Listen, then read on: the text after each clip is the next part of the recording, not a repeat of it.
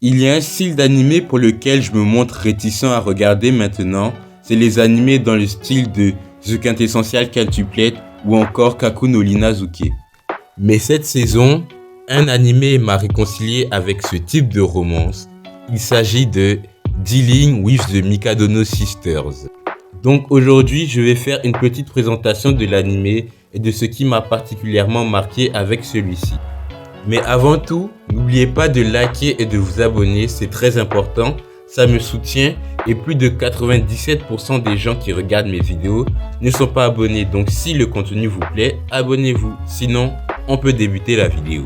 En gros, on va suivre l'histoire de Yu, qui est un bon à rien et un incapable, qui va vivre dans l'ombre de sa mère, qui elle est une actrice de génie.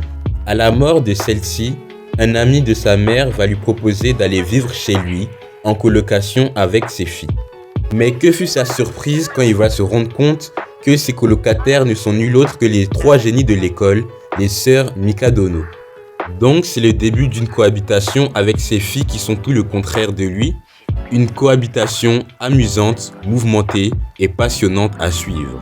Déjà, le synopsis me plaît énormément. Ce n'est pas cliché, ce n'est pas très recherché non plus, certes, mais ça fait le taf, vous voyez. Mais maintenant, pour ce qui m'a vraiment marqué, c'est tout d'abord le protagoniste. Il est original, il n'est pas comme les autres. Déjà, rien qu'à son chara-design, tu vois qu'il est différent. Ensuite, il y a son but, il veut former une vie de famille avec les sœurs Mikadono vu qu'il n'a pas pu profiter avec sa mère. La manière dont il va le faire, c'est ça qui le rend cool. Surtout quand tu vois que peu à peu, il va réunifier les sœurs. Toujours en continuant sur ce propos, le fait que les sœurs ne sont pas unies, le fait qu'elles ne soient pas connectées, c'est vraiment bien parce que ça change en fait.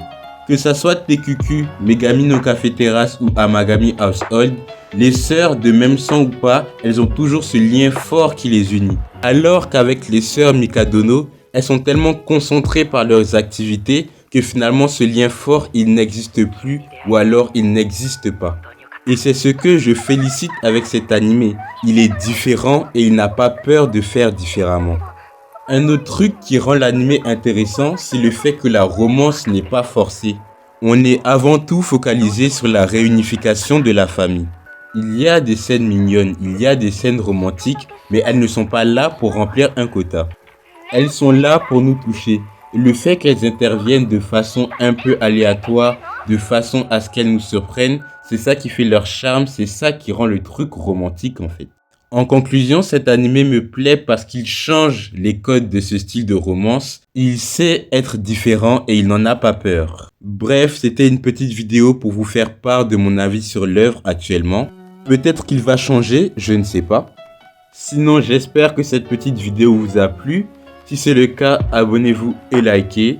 Sinon, c'était l'homme de Hiwa. On se retrouve pour une prochaine vidéo. Peace.